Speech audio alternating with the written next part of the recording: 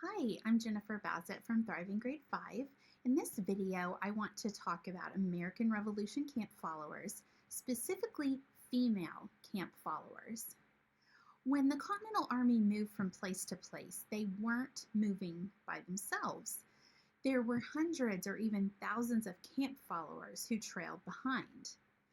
Many officers, including our beloved General Washington, felt that camp followers were a burden and they slowed the army down. They knew, though, that if they sent these camp followers away, it would be a very bad idea for two reasons. Female camp followers were usually wives, moms, daughters, sisters of Continental Army soldiers. Some of the women had nowhere else to go. They couldn't afford a home because their loved one was serving in the army and just didn't have the money. For other women, they were desperate for the safety and security of having soldiers nearby. They had to follow their loved ones who were serving in the army. If camp followers weren't allowed to follow the army, soldiers would leave because if your wife and children are not able to follow you and there's nowhere for them to go, that soldier would feel compelled to desert the army. Officers knew that they could not afford to lose men.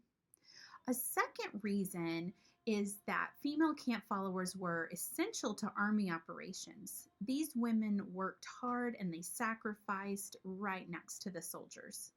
Women served as cooks, laundresses, seamstresses, nurses, battlefield attendants, and in many other roles. These camp followers deserve the recognition and respect that Continental Army soldiers get, but sadly, most of their names and their stories are lost to history. Accounts of female camp followers don't appear often in texts, in textbooks or stories. Sadly, these women weren't appreciated during their time either. They kept soldiers fed, clothed, clean, and healthy, but women's rations were frequently reduced or even denied. Their movements were restricted. The rations that women did receive, they had to share with their children, and usually their rations were just a fraction of a male soldier's ration. So it was very difficult to be a female camp follower. George Washington in 1777 was giving orders, and this is something that he wrote about the female camp followers. In the present marching state of the army, every encumbrance proves greatly prejudicial to the service. The multitude of women in particular, especially those who are pregnant or have children, are a clog upon every movement. How would you like to be referred to as a clog on every movement? So I can definitely understand that it was difficult having all of these women and children following the army everywhere they went, but these women were also essential to the soldiers and to the operations of the camp. He goes on to say, the commander-in-chief therefore earnestly recommends to get rid of all such as are not absolutely necessary. So if there is a woman or group of women that are not necessary to the camp's operations, get rid of them. Make them leave. So why weren't these women given the respect they deserved? Well, honestly, they were not ladylike. Women had no rights in the 18th century.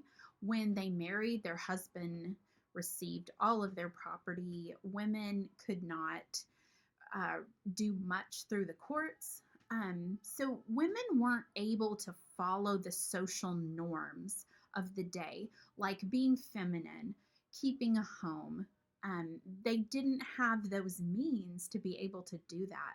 So female camp followers were looked down upon, unfortunately. They were definitely essential to army operations, but their efforts were always taken for granted. For example, nurses were exposed to the rampant diseases that went through the camps. They weren't offered any extra pay for the risks that they took helping sick and wounded soldiers. Laundresses were underpaid and overworked.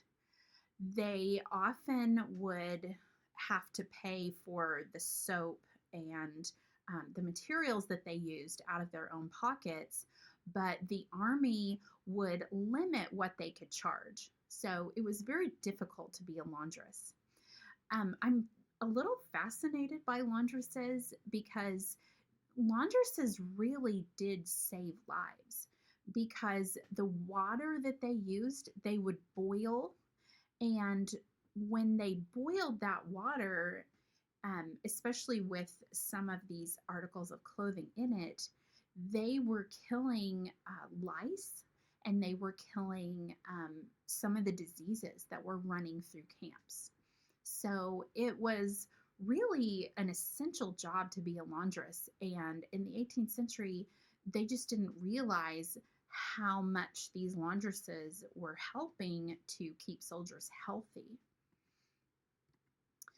Officers' wives weren't always with their husbands. They had the means to live comfortably at home, so they usually stayed at home.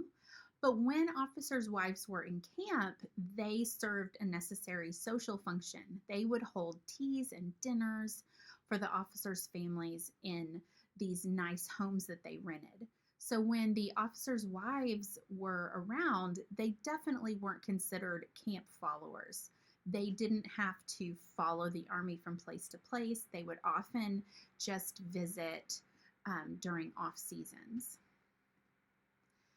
Sadly, soldiers weren't very gracious toward female camp followers. We do have the primary source words of Joseph Plum Martin, a young Continental Army soldier. He described female camp followers in his journal. And I would not use this primary source with students because it's really mean, but I wanted you to get a sense of how these female camp followers were viewed by soldiers. Of all specimens of human beings, this group, camp women, capped the whole, so they were worse than all other human beings. A caravan of wild beasts could bear no comparison with it. Can you imagine being compared to a wild beast? Some with 2 eyes, some with 1, and some, I believe, with none at all. They beggared all description. Their dialect, or their speaking, too, was as confused as their bodily appearance was odd and disgusting. So definitely no appreciation for the women who were serving as nurses and serving as battlefield attendants and washing clothes and sometimes cooking. Really sad. So how should we remember American Revolution camp followers today? I think that students should know that they existed and that they helped and that they were part of the Continental Army's success. I don't think the Continental Army could have won without the behind the scenes help of these American Revolution camp followers. I encourage you to talk about these ladies with your students and help them to understand that the Continental Army wasn't just on its own. They had a lot of help, and these camp followers were part of that help. I hope to talk to you again soon.